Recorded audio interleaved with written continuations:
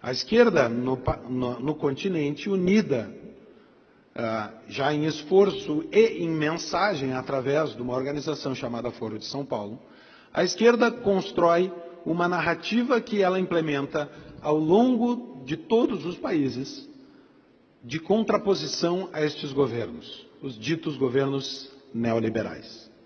E o que diz essa narrativa? Ela diz, em primeiro lugar, ela é uma narrativa ética. Ela diz que estes governos foram corruptos, que a causa da corrupção são estes governos neoliberais. O segundo aspecto dessa narrativa, e podemos falar claramente, todos sabem a quantidade de acusações que foram feitas ao governo Fernando Henrique, a Menem na Argentina. Nesse sentido, o Chile foi diferente, porque iniciou a sua abertura econômica antes da abertura política, mas a verdade é que os primeiros governos que foram eleitos depois desta reabertura do fim dos governos militares foram, em grande parte, acusados de corruptos. Então havia uma acusação de corrupção, acusação ética. Em segundo lugar, a esquerda construiu uma narrativa econômica de que estes governos haviam empobrecido as suas nações, ou ao menos não haviam conseguido retirar as pessoas da miséria. Todos talvez lembrem de uma propaganda do Partido dos Trabalhadores no Brasil, em que um sujeito caminhando na rua passava por um morador de rua e se compadecia. E a propaganda era mais ou menos assim: se você também fica chateado ao ver isso, no fundo você também é um pouco PT. Era um apelo emocional ao argumento de que os governos anteriores não haviam conseguido resolver os problemas da pobreza. Então, o segundo aspecto, a segunda criação em resposta à onda anterior que a esquerda fez, é uma questão econômica. Vocês não cuidam dos pobres.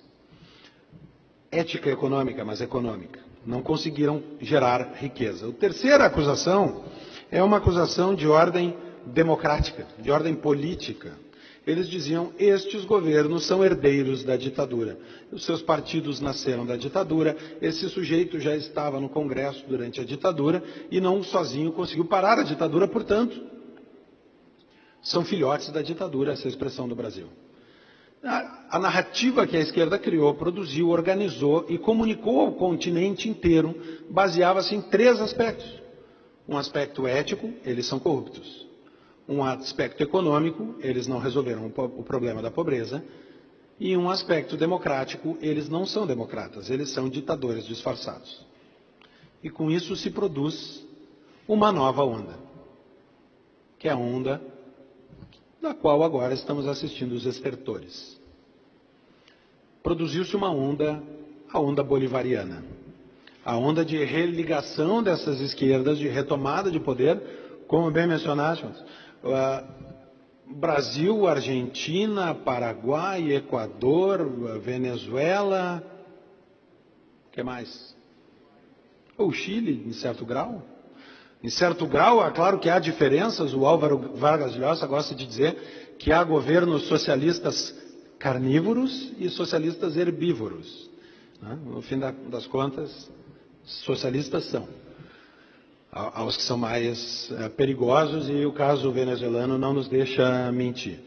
Pois bem, o que aconteceu quando tomaram o poder? Sobre esses três aspectos. Sobre o aspecto econômico, apesar da propaganda que a esquerda produziu de ter resolvido o problema da pobreza, ao fim dos 13 anos de governo do PT no Brasil, o Brasil é um país rico. Os pobres brasileiros vivem bem.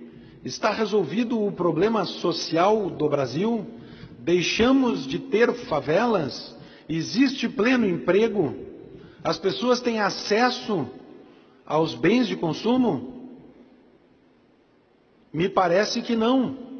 A esquerda produziu um discurso, enquanto era oposição, reforçou esse discurso dizendo que tinha atingido sucesso nesse aspecto, mas a verdade é que o país que nós herdamos do PT não é um país de classe média.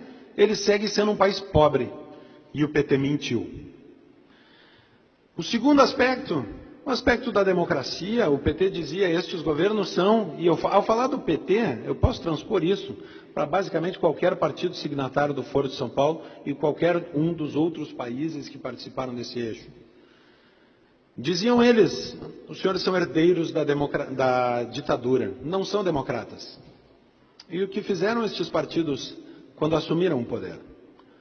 Defenderam Cuba, aproximaram-se da Venezuela, aproximaram-nos do Irã,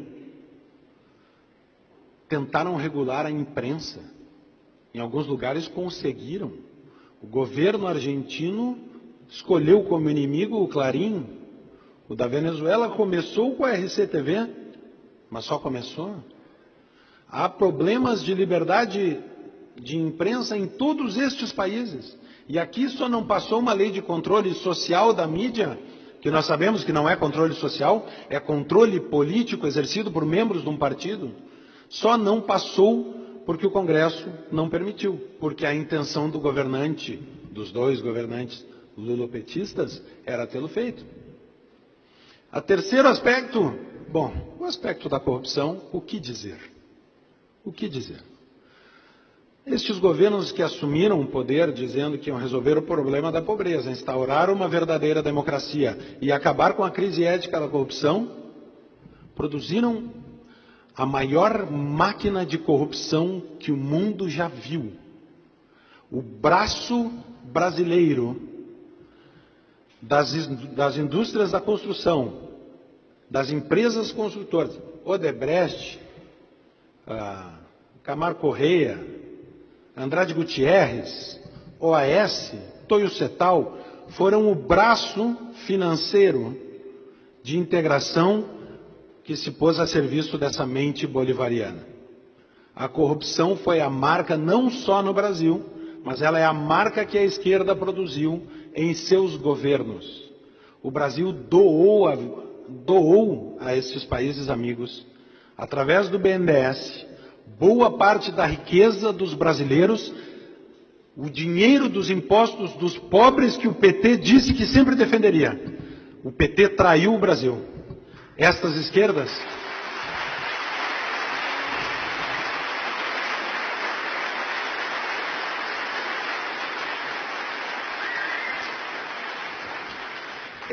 esquerdas unidas produziram os governos que mais espalharam pobreza no continente.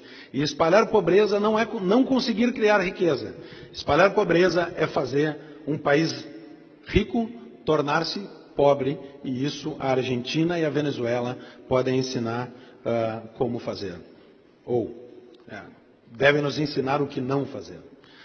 Esta mentira criada para enfrentar a onda anterior chegou ao fim.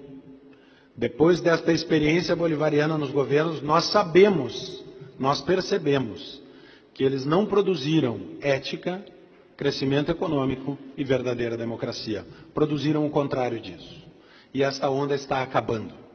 Nada mais simbólico para o fim desta onda do que o presidente Lula preso.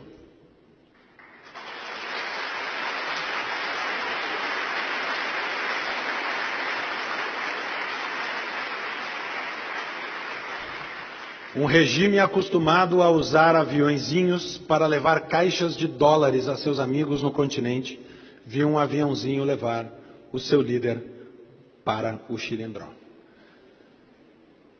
Inclusive com áudios muito interessantes gravados da torre de controle, que eu tenho certeza que a internet já nos permitiu conhecer. Chegará então uma nova onda. E é por isso, talvez, eu tomo emprestado essa frase, e acho que por isso, talvez, o Fórum da Liberdade, de forma tão feliz, escolheu a voz da mudança como seu lema. Esta nova onda ainda não está configurada. Não está dado o que vai acontecer. Dependerá do que nós faremos a partir de agora. Dependerá da posição que cada um dos senhores tomar. Esta mentira que produziu o bolivarianismo foi construída nos debates nas salas de aula, nas conversas nos bares, nas folhas da imprensa, nas ondas da rádio e da televisão, em todo o espaço de debate público se construiu esta onda. E agora, para construir a próxima, nós precisamos, cada um de nós, fazer a nossa parte neste debate público.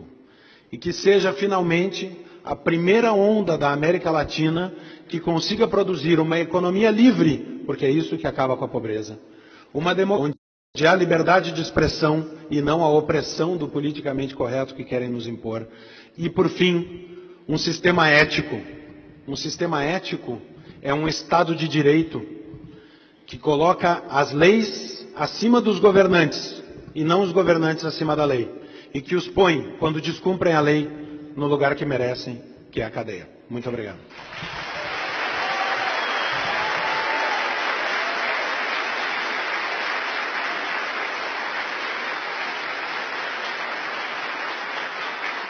Ricardo.